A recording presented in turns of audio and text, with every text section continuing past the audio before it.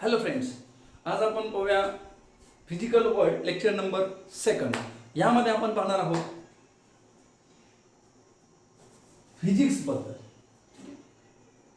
In 15th century, 15व्या शतकामध्ये, 15th सेंचुरीमध्ये, ठीक आहे, 15th सेंचुरी ग्रीक वर्ड हा जो आहे हा कोणता होता त्या ठिकाणी, तर आपण ग्रीक वर्ड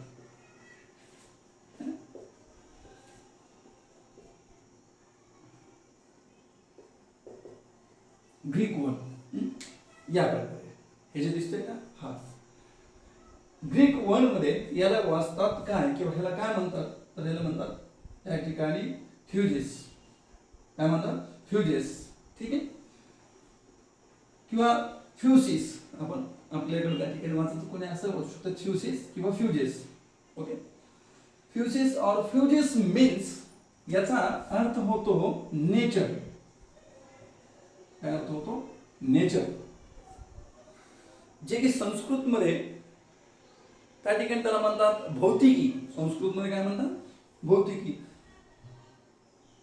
तर तसंच ग्रीक मध्ये याला काय म्हणतात? फ्युजेस म्हणजेच नेचर. म्हणजेच नेचर. लक्षात. आणि या फ्युजेस, या फ्युजेस, या फ्युसिस या शब्दापासून त्या ठिकाणी वर्ड जनरेट झाला, तो म्हणजे फिजिक्स. तो म्हणजे फिजिक्स. लक्षात घ्या. पण फिजिक्स म्हणजे काय, तर बेसिकली आपण म्हणतो physics is the basic law of nature. Basic law of nature.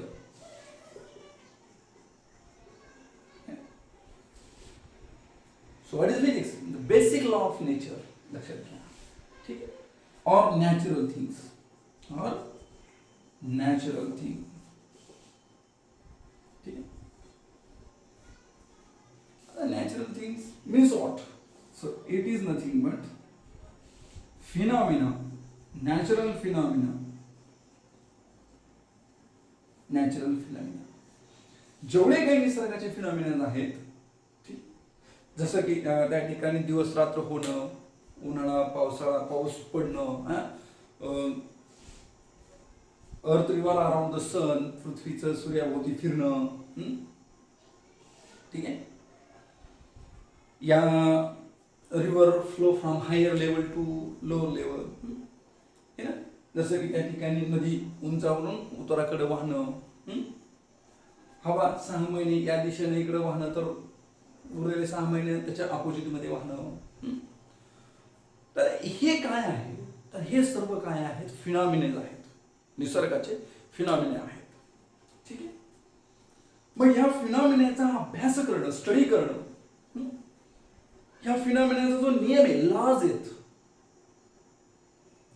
That laws or phenomenas we can say the physics. तर आपण काय म्हणतो? फिजिक्स असं म्हणतो. So what is the basically physics? Physics is the basic law of nature. मग कालांतराने आपण जसं की बायोलॉजी, केमिस्ट्री अशा काही ब्रँच त्यानंतर निर्माण झाल्या, त्यामध्ये मग बेसिक ब्रँच मानली गेली, दॅट इज द फिजिक्स. आणि वास्तविक पाहता physics is the king. Physics is the king and mathematics is the queen. Physics म्हणजे एक प्रकारचं किंग आहे. आपण जर समजा बघितलं की त्या ठिकाणी मॅथ जिथं संपतं, म्हणजे मॅथमॅटिक्सचं ऍप्लिकेशन, मॅथ जर अप्लाय करायचं असेल, applied mathematics is nothing but the physics. Applied mathematics is nothing but the physics. म्हणजे जिथं मॅथ संपतं, जिथं मॅथचा वापर करायचा आहे, that is nothing but the physics. मग या फिजिक्सचे रिलेशन्स आपण वेगवेगळ्या ठिकाणी पाहू शकतो. दॅट इज केमिस्ट्री असेल, बायो असेल, ऍस्ट्रॉनॉमी असेल, ऍस्ट्रोलॉजी असेल, बायोकेमिस्ट्री असेल, ठीक आहे, जिओलॉजी असेल, बायोलॉजी असेल, जिओकेमिस्ट्री असेल, फिजिकल केमिस्ट्री असेल, ह्या सगळ्यांसोबत या फिजिक्सचे रिलेशन्स त्या ठिकाणी आहेत. So basic is nothing but it is a law of, what is physics? The law of nature. ही मात्र बेसिक त्या ठिकाणी लक्षात असू द्या. मग या फिजिक्सचा स्टडी करत असताना काही होईल तेवढं सायंटिस्टनं युनिफिकेशन करण्याचं काम केलं. युनिफिकेशन होईल तेवढं युनिफिकेशन म्हणजे कसं? युनिफिकेशन म्हणजे कसं की असा एक नियम, असा एक लॉ बनवायचा प्रयत्न केला की जेणेकरून ज्याच्यामध्ये सर्व निसर्गाचे जे फिनॉमिना आहेत ते एका लॉ मध्ये बसतील. म्हणजे नंबर ऑफ फॉर्म्युले ध्यानात ठेवण्याची काही गरज पडणार नाही. होईल तेवढं फिनॉमिनासाठी एकच फॉर्म्युला तयार करण्याचा प्रयत्न केला. आणि हे फॉर्म्युले तयार करण्याचा प्रयत्न बऱ्याच सायंटिस्टने केला. आईन्स्टाईन्स असेल, आईन्स्टाईनने बरेच त्या ठिकाणी अभ्यास करून थेरी करून लॉज मांडले. रिसेंटली स्टीव्ह जॉब्स असतील, स्टीफन हॉकिंग्स असेल, बरेच सायंटिस्ट आहेत ज्यांनी त्या ठिकाणी की एकच फॉर्म्युला ह्या फिनॉमिनासाठी एकच फॉर्म्युला देण्याचा प्रयत्न केला. त्याला आपण युनिफिकेशन म्हणतो. किंवा प्रत्येकासाठी वेगवेगळ्या फॉर्म्युल्याचा गरज नाहीये, एकच युनिक फॉर्म्युला दिला. जसं की त्या ठिकाणी युनिफिकेशन्स आपण बघा, युनिफिकेशन्स म्हणजे सिंपली बघायचं म्हणलं तर unification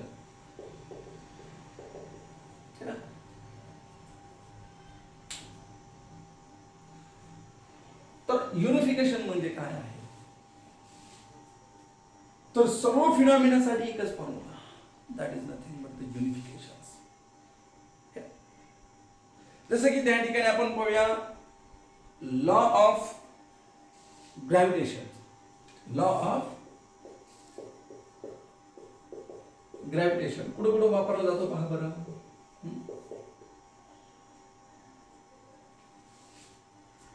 law of gravitation that is तो म्हणजे काय की बाबा जसं की ऍपल फॉलिंग, समजा एखादी वस्तू सोडली अशी तर ती खाली पडते. कोणत्या लॉ मुळे पडते? Newton's law of gravitation. Earth revolve around the sun. Earth revolve around the sun. That is the revolution of अर्थ.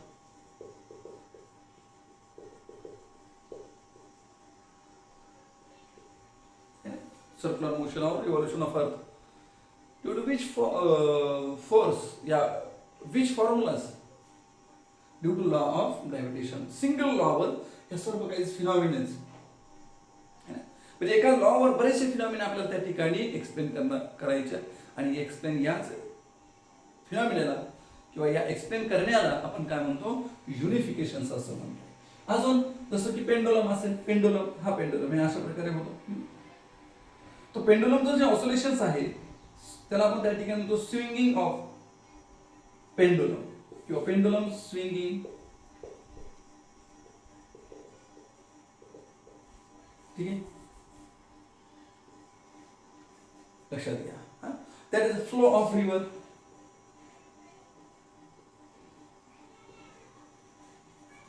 रिव्हरचा फ्लो होणं म्हणजे का? रिव्हरचा फ्लो होणं कसं?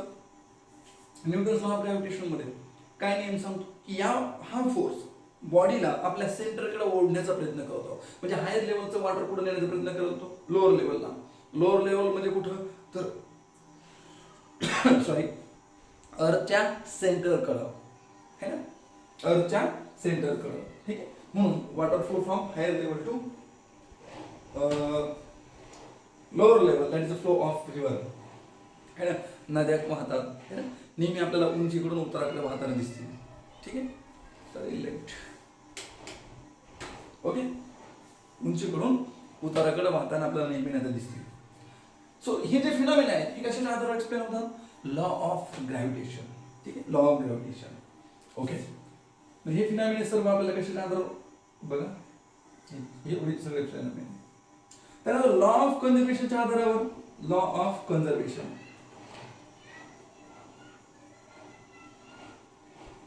ठीक आहे, आता लॉ ऑफ कन्झर्वेशन म्हणजे काय तर त्यामध्ये बघा Kirchhoff's law of Kirchhoff second law.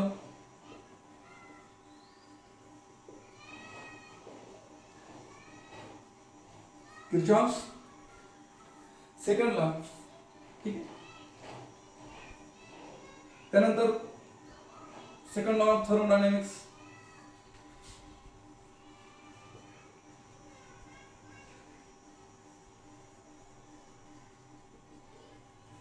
Second law of thermodynamics, त्यानंतर प्रिन्सिपल ऑफ कॅलोरीमेट्री,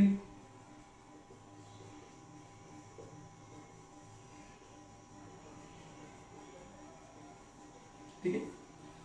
तर हे सर्व जे लॉज आहेत, त्यानंतर एक Lenz law, Lenz law of electromagnetic inductions.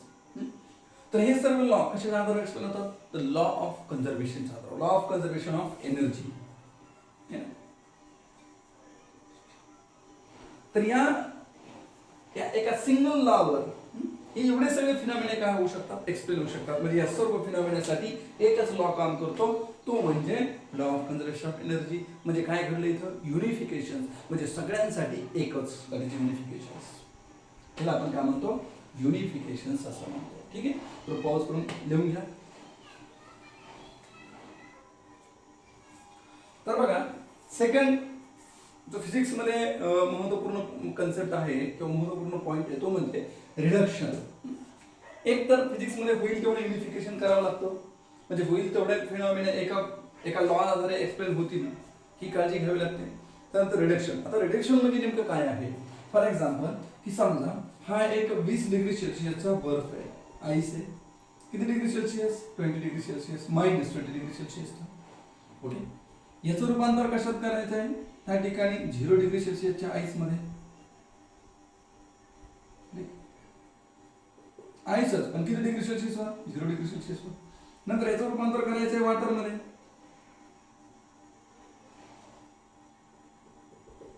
कशामध्ये करायचंय? वॉटर. पण किती डिग्री सेल्सिअस? 0 डिग्री सेल्सिअसच वॉटर. आणि परत वॉटरचं रूपांतर कशात करायचंय? 20 डिग्री सेल्सिअस वॉटर मध्ये.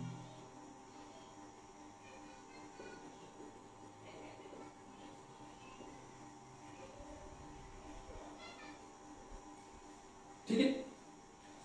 आता यामध्ये समजा प्रश्न असा केला होता की what amount of energy required to convert the -20 degree Celsius ice into 20 degree Celsius water. म्हणजे इथून डायरेक्ट इथं म्हणजे 20 डिग्री सेल्सिअस आईचं रूपांतर 20 डिग्री वॉटर मध्ये करण्यासाठी किती एनर्जी लागेल किंवा किती हीट लागेल, पण हे डायरेक्ट करता येत नाही. मग यासाठी काय केलं? रिडक्शन केलं. ह्याचे पार्ट बनवले, तुकडे बनवले. मग कसे पार्ट बनवले? पार्ट बनवले हे पहिलं काय केलं? 20 डिग्री सेल्सिअस रूपांतर 20 डिग्री आईस मध्ये. म्हणजे या ठिकाणी काय वाढलं? इथं वाढलं, टेम्परेचर इन्क्रीज झालं. Temperature increases. किती झालं? -20 वरून 0 झालं. म्हणजे किती डिग्री सेल्सिअस टेम्परेचर इन्क्रीज झालं? 20 डिग्री सेल्सिअस. मग टेम्परेचर इन्क्रीज करण्यासाठी जी हीट दिलेली असते त्याला आपण त्या ठिकाणी म्हणतो, त्या वेळेच्या हीटला म्हणतो स्पेसिफिक हीट.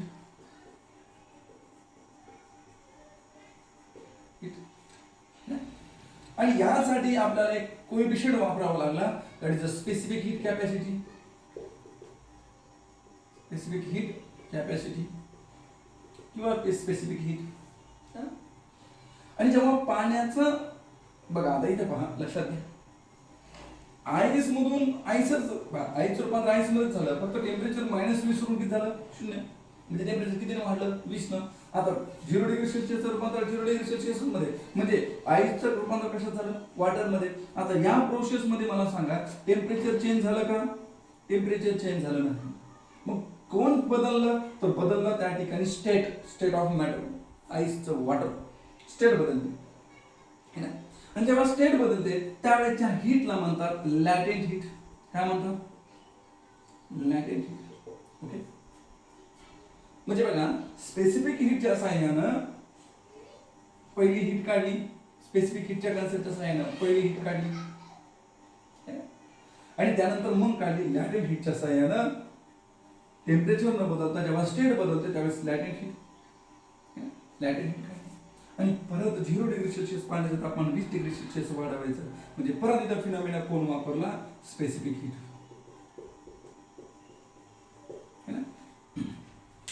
म्हणजे बघा, याचे 3 पार्ट केले. पहिल्या केसमध्ये स्पेसिफिक हीट, नंतर लॅटेंट हीट आणि त्यानंतर परत स्पेसिफिक हीट. म्हणजे काय केले, 3 तुकडे केले. त्यालाच म्हणतो आपण रिडक्शन. 3 तुकडे करून हा आपण त्या ठिकाणी कन्सेप्ट सॉल्व्ह केली. ठीक आहे, ही न्यूमेरिकल किंवा या ठिकाणी हा जो प्रॉब्लेम्स आहे तो आपण 3 तुकडे करून सॉल्व्ह केला किंवा हा फिनॉमिना आपण 3 तुकड्यामध्ये स्टडी केला. कसा केला, पहिलं टेम्परेचर वाढतं, नंतर सॉलिडचं लिक्विडमध्ये रूपांतर होतं आणि परत लिक्विडचं परत त्या ठिकाणी टेम्परेचर वाढतं. याला म्हणतो आपण रिडक्शन मेकॅनिझम. म्हणजे एकाच आपल्याला मेकॅनिझम मध्ये हे शिकता आलं नाही, त्यासाठी त्या ठिकाणी त्याचे पार्ट करण्यात आले आणि त्यालाच आपण काय म्हणतो, रिडक्शन असं म्हणतो. काय म्हणतो, रिडक्शन मेकॅनिझम असं म्हणतो. लक्षात घ्या. ठीक आहे, तर अशा प्रकारे हा एक महत्त्वाचा पॉईंट आहे फिजिकल वर्ल्डमध्ये. फिजिक्स शिकत असताना महत्त्वाचे 2 पार्ट या ठिकाणी येतात, ते म्हणजे युनिफिकेशन आणि दुसरं म्हणजे रिडक्शन. आता पाहूया फिजिक्स मध्ये त्या ठिकाणी काय स्कोप आहे, that is the scope of physics. Okay, तर बघा स्कोप इन फिजिक्स. बेसिकली जर विचार केला तर फिजिक्सचे त्या ठिकाणी मेनली 2 भाग पडतात. एक मायक्रोस्कोपिक, ठीक आहे, तर दुसरा आहे मॅक्रोस्कोपिक. मायक्रो मध्ये एकदम स्मॉल, मॅक्रो म्हणजे एकदम लार्ज. ठीक आहे, सो मायक्रोस्कोपिक आणि एक आहे मॅक्रोस्कोपिक. मॅक्रोस्कोपिक म्हणजे एकदम लार्ज. या मायक्रोस्कोपिक मध्ये त्या ठिकाणी आपण त्या फिजिक्सला क्लासिकल फिजिक्स असं पण म्हणतो. ठीक आहे, क्लासिकल फिजिक्स म्हणजे एकदम ओल्ड आहे, जुनं.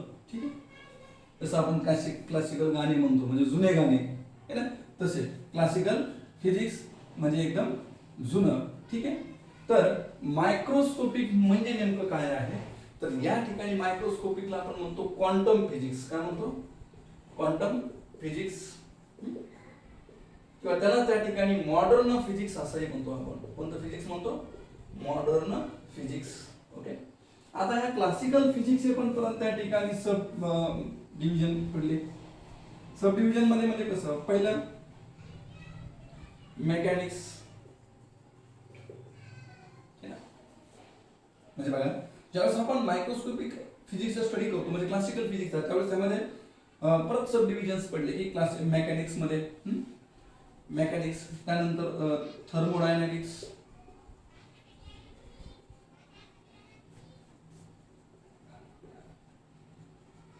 इलेक्ट्रोमॅग्नेटिक,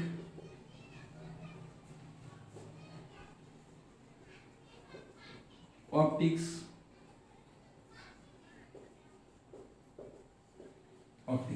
ठीक आहे. अशा प्रकारे या क्लासिकल फिजिक्सचे किती भाग पडले, 4 भाग. मग यामध्ये आपल्याला मेकॅनिक्स मध्ये काय काय शिकायचंय, काय काय शिकायला भेटणार आहे मेकॅनिक्स मध्ये, ठीक आहे. तर मेकॅनिक्स मध्ये म्हणजे मोशन ऑफ कार, कार कशी धावते. ठीक आहे, motion of car. Okay, friction है ना, फ्रिक्शन. त्यानंतर मग आपल्याला साऊंड, साऊंड वेव्ह कशी आहे, साऊंड कसा तयार होतो हे आपल्याला यामध्ये पाहायला भेटतं. ओके, त्यानंतर व्हील कसं फिरतं, रोटेशन ऑफ व्हील.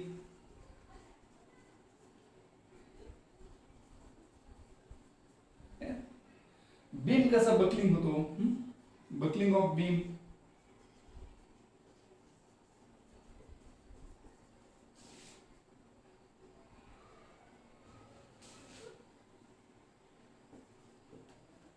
त्यानंतर bending of rod, bending of rod. Flotation, float कसं होतं, एखादी वस्तू तरंगते कशी, फ्लोटेशन, फ्लोटेशन. ओके, त्यानंतर लिक्विड सरफेसचे फिनॉमिना किंवा फ्लुइड मेकॅनिझम्स वगैरे वगैरे ह्या सर्व काही कन्सेप्ट आपल्याला कशामध्ये पाहायचं, मेकॅनिक्स मध्ये. फ्लो ऑफ वॉटर,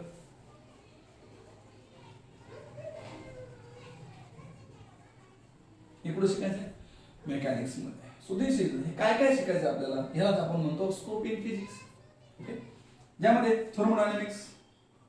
आता थर्मोडायनॅमिक्स म्हणजे काय काय पाहणार आहोत, हीट कशाला म्हणतात, टेम्परेचर कशाला म्हणतात,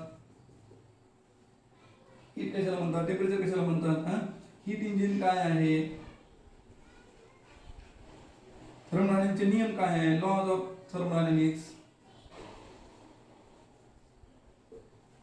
ठीक आहे. त्यानंतर बॉइलिंग, मेल्टिंग, कन्वर्जन. ठीक आहे.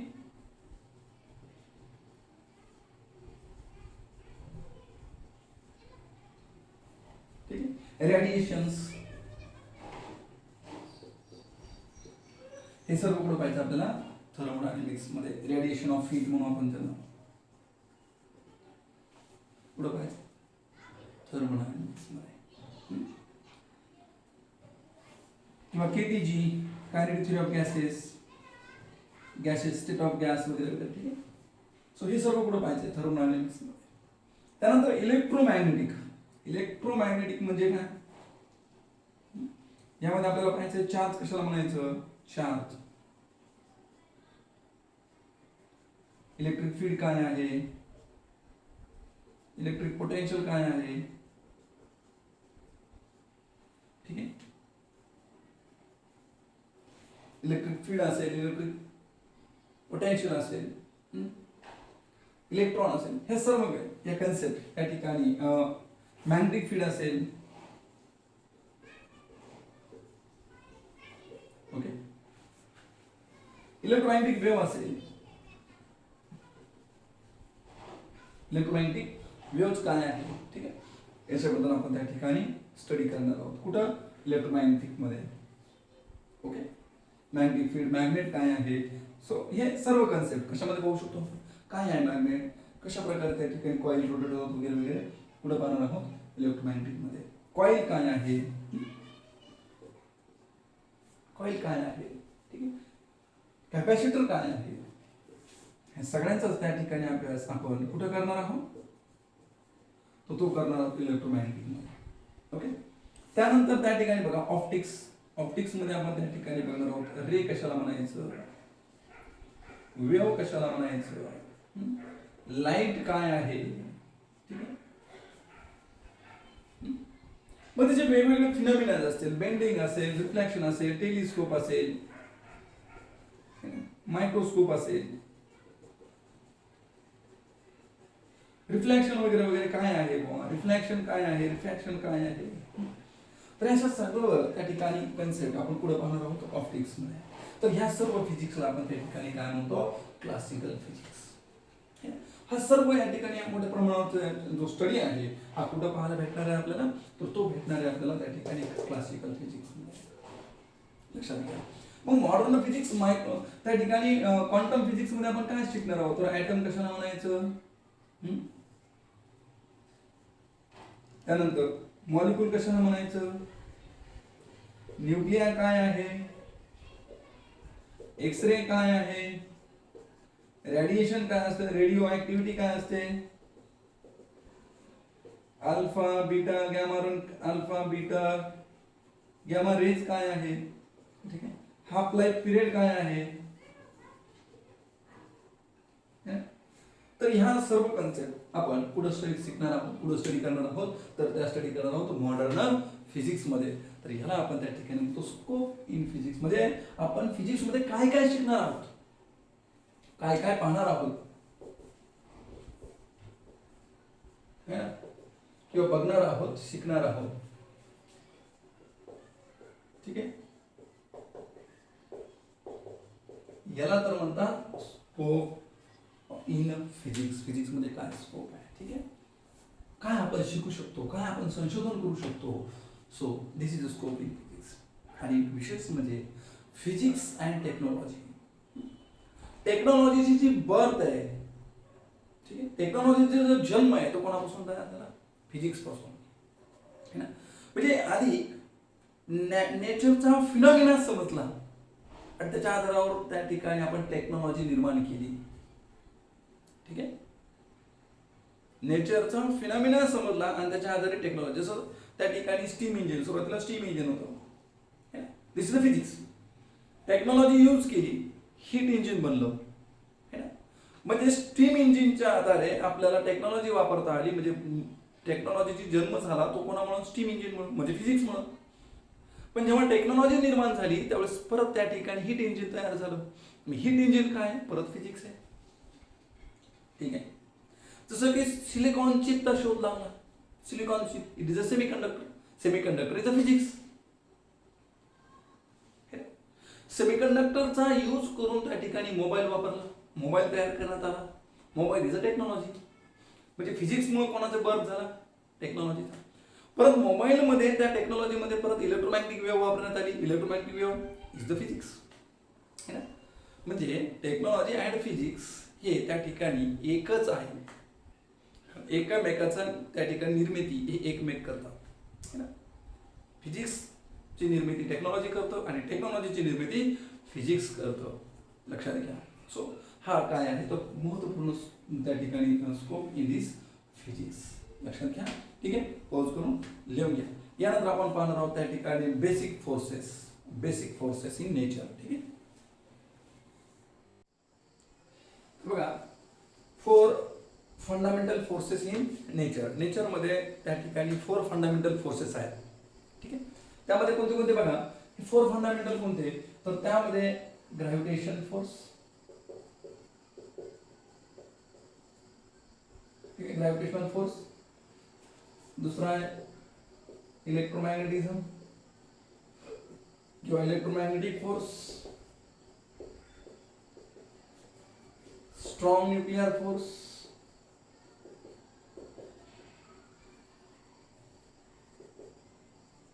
स्ट्रॉंग न्यूक्लियर फोर्स आणि दुसरा आहे वीक न्यूक्लियर फोर्स. ठीक आहे. असे एकूण किती फोर्सेस आहेत?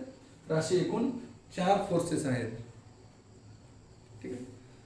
Gravitational force, electromagnetic force, strong nuclear force and weak nuclear force. Okay. आता हा ग्रॅव्हिटेशनल फोर्स बघा, हा ऑलवेज अट्रॅक्टिव्ह आहे. एक. ठीक आहे.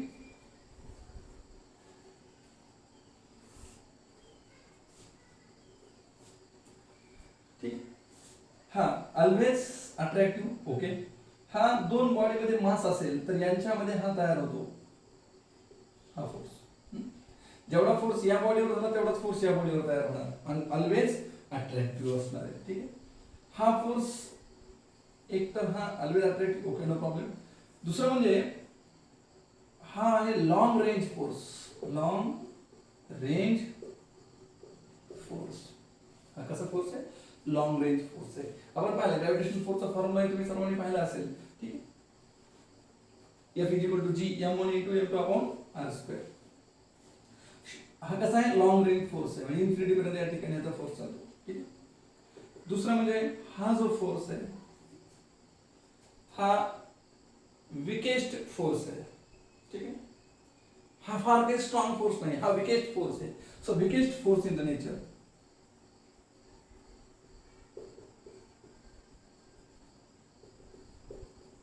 In the nature.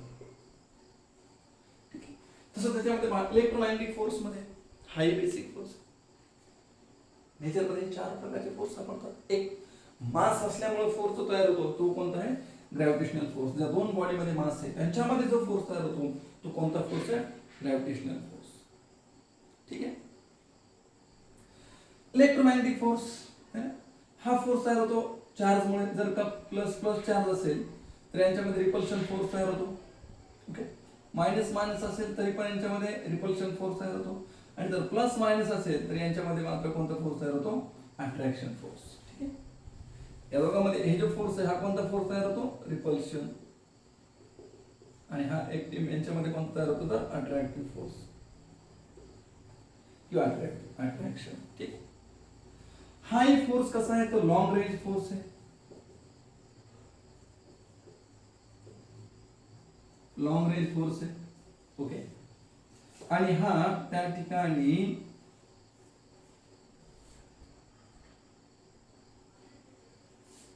हा लॉंग रेंजचा आहे पण one of the strongest force आहे. हा कसा आहे? One of the strongest force. हा एक स्ट्रॉंगेस्ट फोर्स आहे. लक्षात घ्या. ठीक आहे. आता हा वीक आहे म्हणजे याचं महत्व नाही का? नाही, याचं महत्व आहे. ठीक आहे. हा स्मॉल बॉडीमध्ये एकदम नेग्लिजिबल आहे, पण जर खूप जास्त मास असणाऱ्या बॉडीमध्ये हा एकदम अप्रिशिएबल आहे, एकदम स्तुतीजन्य आहे. ग्रॅव्हिटेशनल फोर्स म्हणजे या ग्रॅव्हिटेशनल फोर्समुळे पृथ्वी सूर्याभोवती फिरते. The earth revolve around the sun. Earth revolve around the सन ही फार मोठी गोष्ट आहे. विचार करण्याजोगी आहे. पृथ्वीला जर सूर्याभोवती फिरवायचं असतं तर आपल्याला खूप एनर्जी लागली असती, पण हे सोपं काम कोण करतं? तर ग्रॅव्हिटेशनल फोर्स करतो. ठीक आहे. म्हणून फार महत्वाचा फोर्स आहे हा. विकेस्ट आहे पण स्मॉल बॉडीमध्ये. हा कसा आहे? स्ट्रॉंगेस्ट फोर्स आहे आणि लॉंग रेंज पण आहे. ओके. ह्या दोन्हीही फोर्सेससाठी मीडियमची गरज नाहीये. No medium is required. असेल तरी चालेल, नसेल तरी चालेल.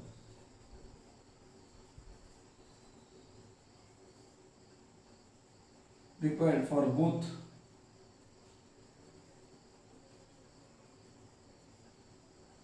gravitational and electromagnetic force.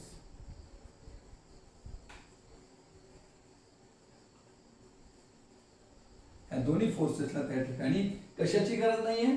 मीडियमची गरज नाही. असलं तरी काही फरक पडत नाही, नसल तरी पण काहीही फरक पडत नाही, कारण हा मीडियमवर डिपेंड नाही आहे.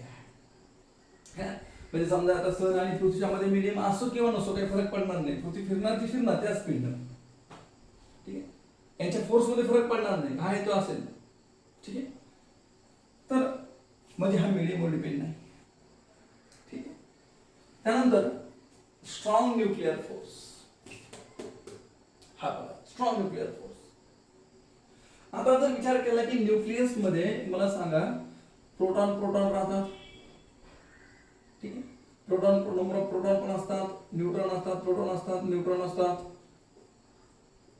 ठीक आहे.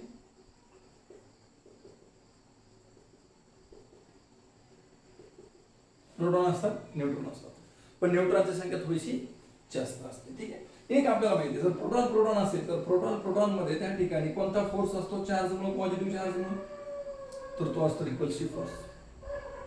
ठीक आहे. मग याचा अर्थ असा व्हायला पाहिजे की ह्या रिपल्सिव्ह फोर्समुळे हा न्यूक्लियसची साईज वाढत जायला पाहिजे आणि एका वेळाने तो न्यूक्लियस फुटायला पाहिजे, ब्रेक व्हायला पाहिजे, पण असं होत नाही. हे मात्र न्यूक्लियस मध्येच बाइंड राहतात. मग हे कोणत्या फोर्समुळे राहतात? न्यूक्लियस मध्ये बाइंड राहतात. मग हे कोणत्या फोर्समुळे राहतात? ज्या फोर्समुळे राहतात, न्यूक्लियस मध्ये जे राहणारे जे आहेत न्यूक्लियॉन्स कंबाईंड राहतात, बाइंड राहतात, ज्या फोर्समुळे राहतात त्याला म्हणतात त्या ठिकाणी स्ट्रॉंग न्यूक्लिअर फोर्स. म्हणजे the nuclear force, the force due to किंवा फोर्स इन अ न्यूक्लियॉन्स है ना. न्यूक्लियॉन्स मध्ये असणारा फोर्स स्ट्रॉंग न्यूक्लिअर फोर्स, ज्या फोर्समुळे सर्व न्यूक्लियॉन्स काय असतात? एकत्रित असतात. ठीक आहे. सो त्याला आपण त्या ठिकाणी काय म्हणतो? Strong nuclear force. लक्षात आलं सगळ्यांच्या? मग ह्या यांच्यामध्ये चार्ज नसताना यांच्यामध्ये जो फोर्स आहे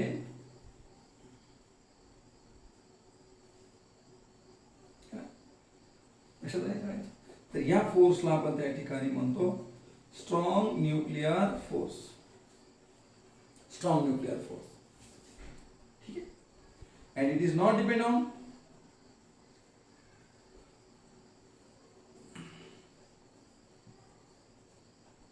चार्ज. तो चार्जवर डिपेंड नाहीये. आणि ज्याच्यामुळे न्यूक्लियॉन म्हणजे कोण? न्यूक्लियस मध्ये राहणारे. जसे इंडियामध्ये राहणारे इंडियन, तसे न्यूक्लियस मध्ये राहणारे न्यूक्लियॉन. हे न्यूक्लियॉन जे आहेत हे त्या ठिकाणी न्यूक्लियस मध्ये बाइंड राहतात. ते कोणत्या कारणामुळे? तर ते राहतात स्ट्रॉंग न्यूक्लिअर फोर्समुळे. ठीक आहे. स्ट्रॉंग न्यूक्लिअर फोर्समुळे. It does not depends on charge. ते चार्जवर डिपेंड नसतात. ठीक आहे. It is a short range force.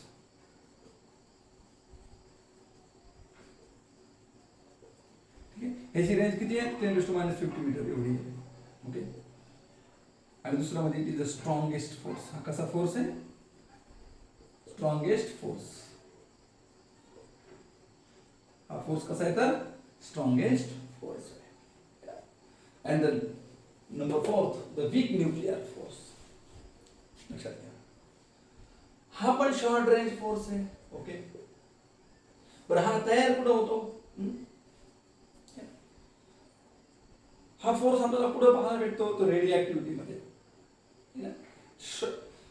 Weak nuclear force is in radioactive element मध्ये. रेडिओ ऍक्टिव्हिटी मध्ये त्या ठिकाणी आपल्याला बघायला भेटतो, ज्या ठिकाणी काय करतं रेडिओ ऍक्टिव्हिटी मध्ये. म्हणजे जर समजा न्यूक्लियस खूप मोठा असेल तर अशा ठिकाणी आपल्याला कोणता फोर्स बघायला भेटतो, radioactive sorry weak nuclear force बघायला भेटतो.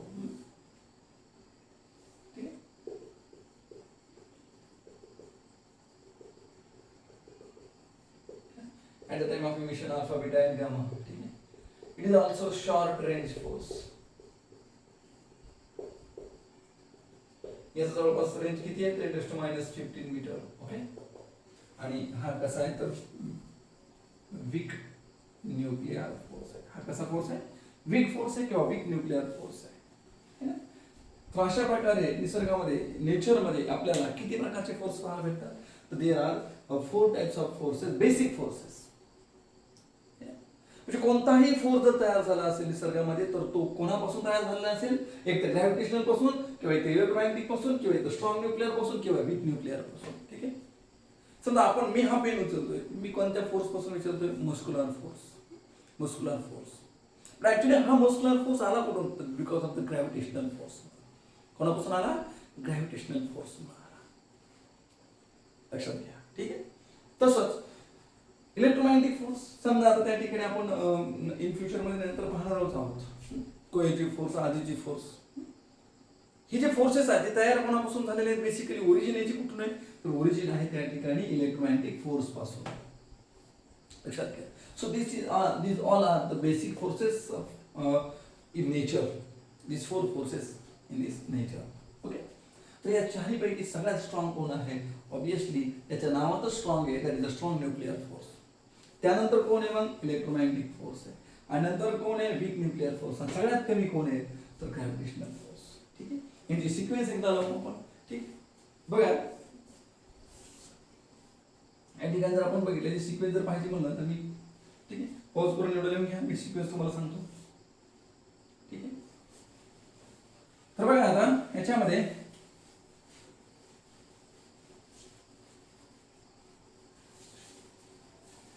ओके. तर बघा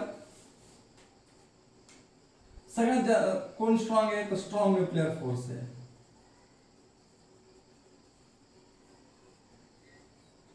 स्ट्रॉंग. त्याच्यापेक्षा कोण आहे मग, तो हा इलेक्ट्रोमॅग्नेटिक.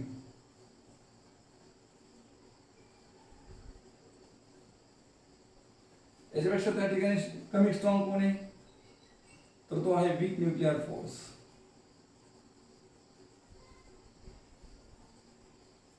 आणि त्यानंतर आहे ग्रॅव्हिटेशनल फोर्स.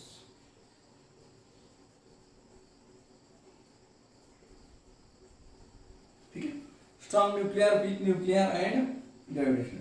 समजा हा जर 1 असेल तर हा आहे 10⁻², हा आहे 10⁻13 आणि हा आहे 10⁻38 है ना. जवळपास या ठिकाणी अशा प्रकारचे व्हॅल्यूज. जर हा 1 असेल तर हा एवढा असेल, हा एवढा असेल, म्हणजे हा खूपच कमी आहे, एकदम निगेटिव्ह. ठीक आहे.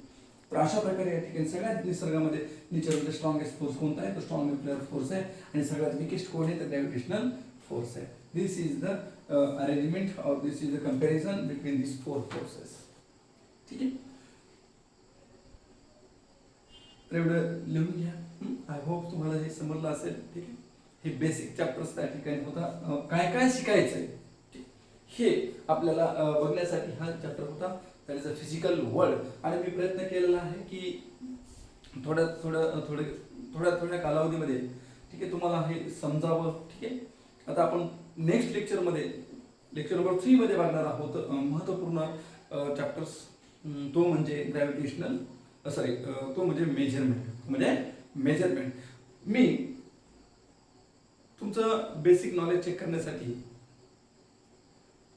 या व्हिडिओ सोबत मी तुम्हाला एक वर्कशीट देईल. त्या वर्कशीटमध्ये सिंपल प्रश्न असतील, जसे की युनिट, फॉर्म्युलेज, याच्यावर प्रश्न असतील. तुम्हाला जमतील की नाही ते बघा.